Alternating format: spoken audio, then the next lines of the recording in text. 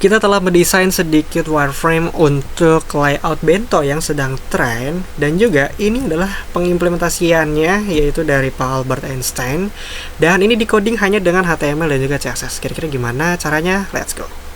Assalamualaikum warahmatullahi wabarakatuh. Kembali lagi di sini bareng saya Fahrul, dan seperti yang sudah teman-teman lihat di layar ini, kita telah memiliki sebuah desain wireframe sederhana yang kalau kita sebut ini adalah desain layout bento, teman-teman, yaitu desain yang memang tren dari beberapa tahun kebelakangan, yang mungkin kedepannya juga pasti akan tren karena mengingat menu-menu dan juga fitur dan juga digabung dengan teks itu akan berpadu dengan manis jika menggunakan bento layout ini. Dan kali ini kita akan coba membuatnya dengan HTML dan CSS saja. Tentu ini akan sangat simpel dan sederhana. Buat teman-teman yang baru belajar HTML dan juga CSS, ini bisa banget mengikutinya karena di sini saya akan juga membahas bagaimana cara layout itu bekerja untuk mengatur website kita. Nah, langsung aja di sini seperti biasa kita akan buka untuk file explorer-nya. Di sini saya akan buat sebuah file baru yang bernama bento gitu ya. Kemudian kita masuk dan silakan buka di code editor masing-masing. Untuk gambarnya sendiri gitu ya, karena di sini kalau kita lihat ya, di sini ada beberapa section ataupun beberapa item. Nah, kita akan gunakan gambar di situ.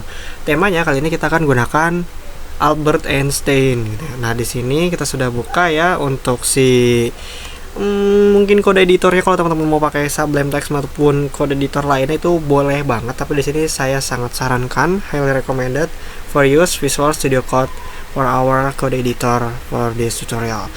Oke. Kita di sini akan coba buat sebuah folder yang bernama assets, itu untuk menyimpan gambar-gambar kita nantinya ya, terutama untuk gambar Pak Albert Einstein itu sendiri. Nah, di sini ketika kita menggunakan HTML dan juga CSS ataupun kode editor, bukan kode editor, bahasa lainnya, di sini saya sangat sarankan sebuah extension yang bernama Prettier, teman-teman ya. Jadi Prettier itu dia akan merapihkan baris kode kita. Nah, silakan download saja yang ini. Kemudian kita juga perlu namanya itu HTML. Ini nih, auto rename tag. Nah, dia langsung muncul. Bisa langsung di-search saja ya.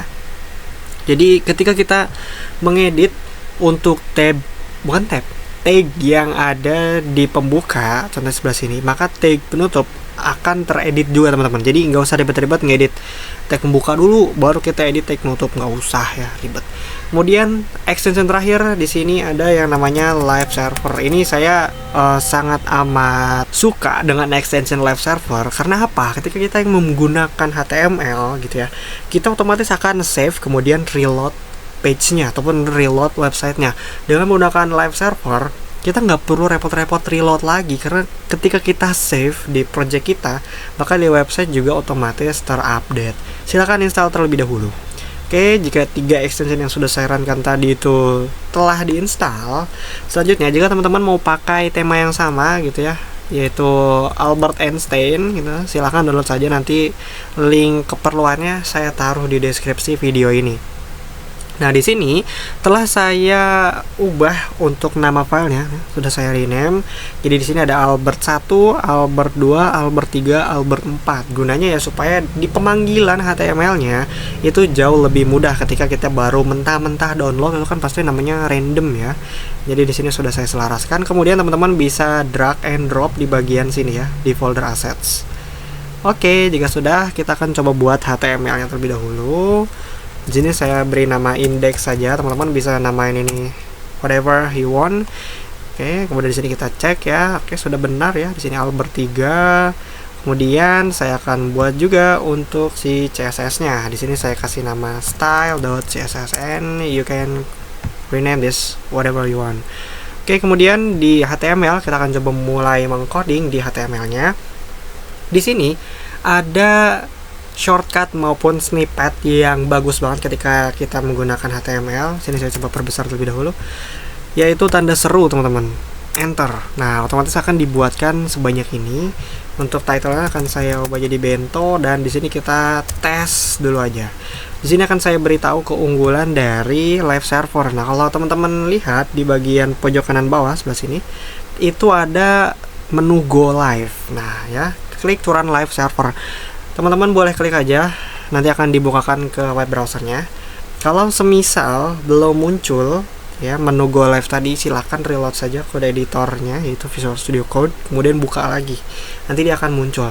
Nah di sini kalau teman-teman lihat di bagian pojok kiri ya, dia ini sekarang sudah ada tes. Nah kalau kita ubah, misal di sini jadi tes 123, tanpa perlu kita reload websitenya, dia otomatis akan terupdate seperti itu ya.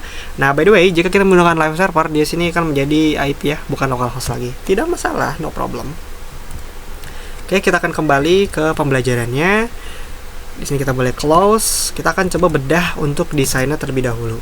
Nah, kalau kita lihat di sini ada beberapa section atau beberapa bagian ya, teman-teman. Nah, di sini saya akan bagi ke dalam dua bagian terlebih dahulu. Bagian pertama itu adalah bagian detail sebelah sini. Ya, kemudian bagian kedua itu ada bagian banner sebelah sini. Banner tuh kayak satu bagian yang besarnya itu cukup eye-catching gitu. Jadi ketika orang pertama kali akses, oh gambarnya besar nih ya, cukup menarik perhatian. Kemudian di sini ada item-item ya untuk menampilkan gambar biasa. Kemudian di sini ada title ya, nanti akan kita isi dengan Albert Einstein. Kemudian terakhir di sini ya teman-teman bisa isi apapun teksnya itu. Oke, kita akan coba langsung coding dengan membagi beberapa section. Di sini kita boleh hapus. Kemudian di sini saya akan buat div gitu ya. Mungkin teman-teman masih bingung div itu gunanya buat apa, Bang? Div itu kayak ya buat pembeda aja gitu ya. Buat memisah-misahkan.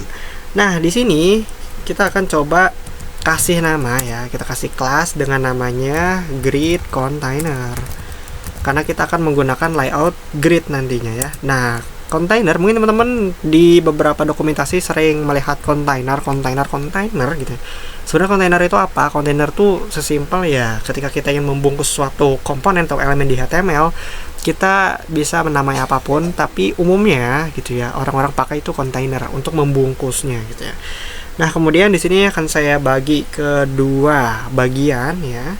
Kita kasih div dengan nama detail, class detail seperti ini. Kemudian karena di sebelah kanan ini adalah gambar ya, profil si Albert Einstein tadi, kita bisa langsung masukkan saja di sini image. Kemudian kita bisa panggil assets dan kita akan pakai Albert yang ketiga. Seperti itu ya. Nah, di sini kita akan coba berikan gitu ya sebuah kelas juga di image-nya, yaitu image 1. Teman-teman bisa namai ini apapun ya. Semisal di sini kasih nama banner, itu boleh-boleh saja.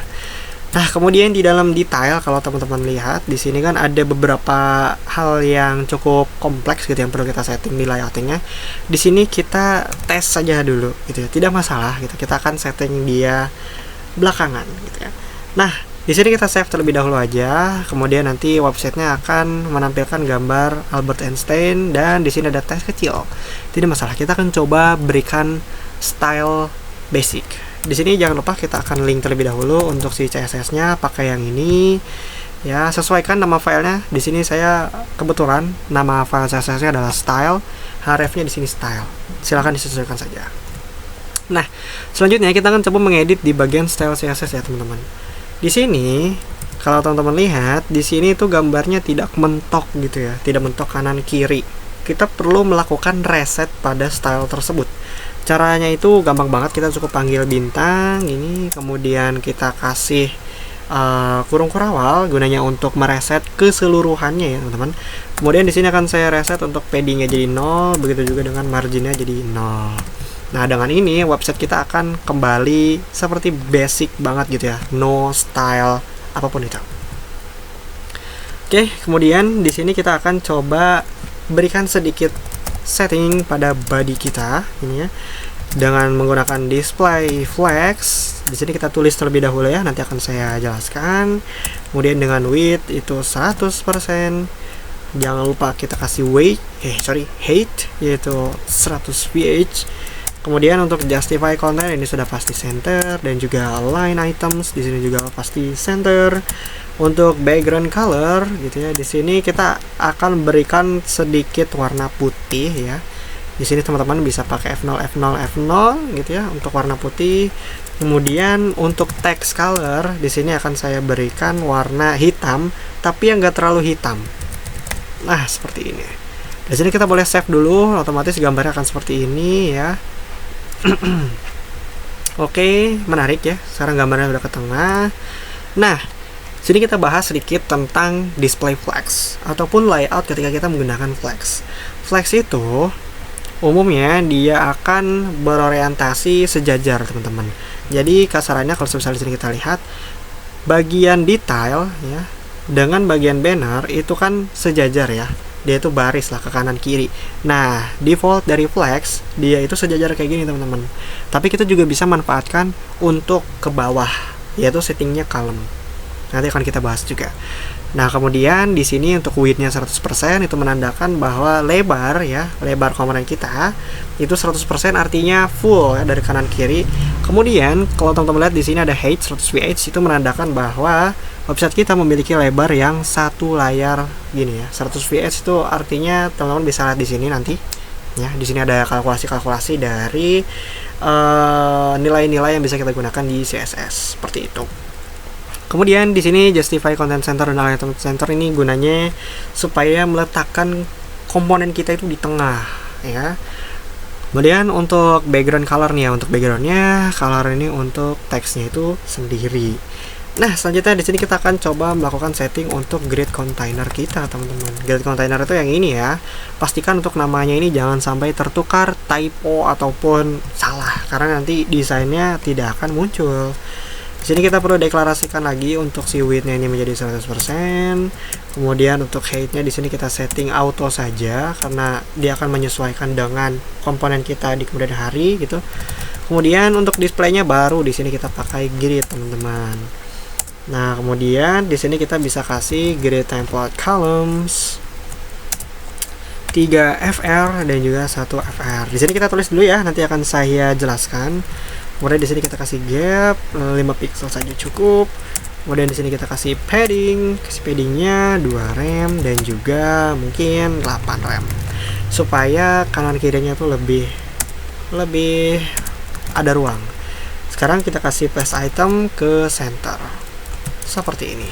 Nah, ini kalau kita save ya codingan kita, kemudian kita lihat, nah dia akan muncul seperti ini ya. Sip, ini udah keren banget. Kemudian kita akan coba bedah sedikit gitu ya tentang display layout grid. Sebelumnya kita telah bahas sedikit untuk flex, kita akan coba membedah si gridnya. Jadi grid itu umumnya digunakan ketika kita menggunakan kotak-kotak yang kompleks, teman-teman. Contohnya adalah seperti ini. Nah, kita di sini membagi beberapa bagian dengan beberapa nilai lebar ya. Nah, dengan detail kemudian kita bandingkan dengan banner, itu kan memiliki lebar yang berbeda ya. Yang notabene detail ini memiliki lebar yang lebih banyak dibanding banner. Oleh karena itu, kita tidak bisa mendeklarasikan secara mudah menggunakan flex karena kita akan membutuhkan properti-properti lainnya seperti width gitu ya. Sementara ketika kita menggunakan grid gitu ya, itu kita dapat dengan mudah mengatur ukurannya, teman-teman. Nah, contoh di sini kita gunakan 3:1. Jadi sini grid template kalian ini untuk mengatur lebar ataupun jumlah nilai width dari kolom itu sendiri. Kolom itu kan yang seperti ini ya. Ini kolom 1, kolom 2, kolom 3, kolom 4. Nah, di sini kita setting nih 3 frame sama 1 frame gitu ya. Berarti di sini ada 1, 2, ada 3 ya. Dijadiin 1 di sebelah kiri, kemudian satunya itu di sebelah kanan. Seperti ini ya. Itu akan mencerminkan banner, ini mencerminkan detailnya. Itulah sebabnya kita bisa menggunakan grid ini sebagai langkah yang efektif untuk membuat bento gitu, bento layout gitu ya. Kemudian di sini kita akan coba setting untuk gambarnya ya. Gambarnya ini, teman-teman, jangan sampai salah kelasnya banner. Kemudian di sini saya akan berikan untuk lebarnya mungkin sekitar 300 pixel. Ini sebenarnya bisa teman-teman sesuaikan dengan selera ya. Di sini kita asumsikan saja 300 kali 520. Kemudian di sini saya kasih untuk background position, kita kasih center. Kemudian jangan kasih repeat ya. Dalam artian kita akan return satu gambar aja gitu. Jadi tidak ada kolase-kolase ataupun bagian-bagian yang terisi dengan gambar yang tidak seharusnya diisi gitu ya.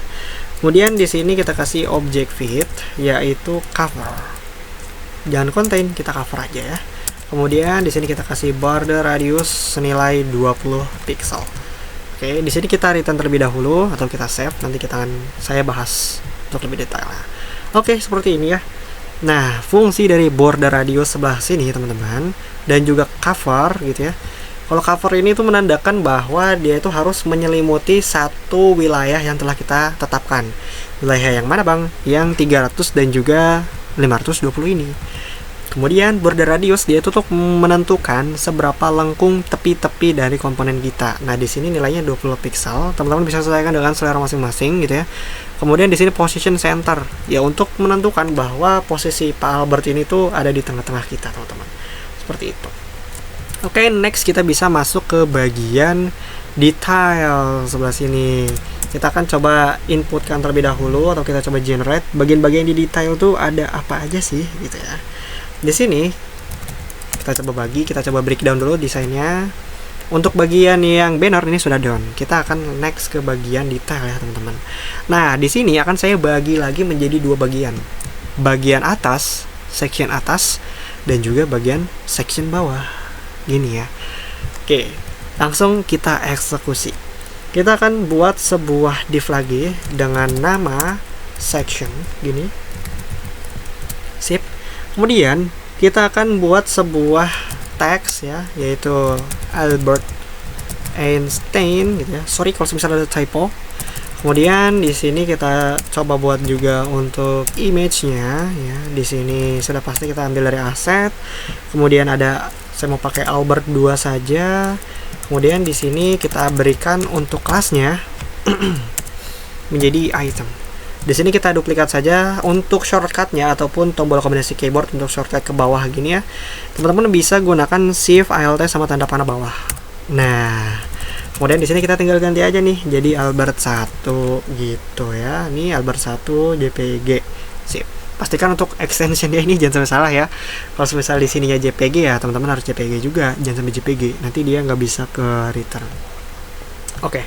Next di sini saya akan berikan untuk nama dari kelas si Albertnya ini ya Albert aja, simpel gitu. Kemudian kita buat untuk section yang bawah. Nah di sini sama aja, saya akan kasih nama yang sama section karena stylenya nanti akan sama-sama aja ya.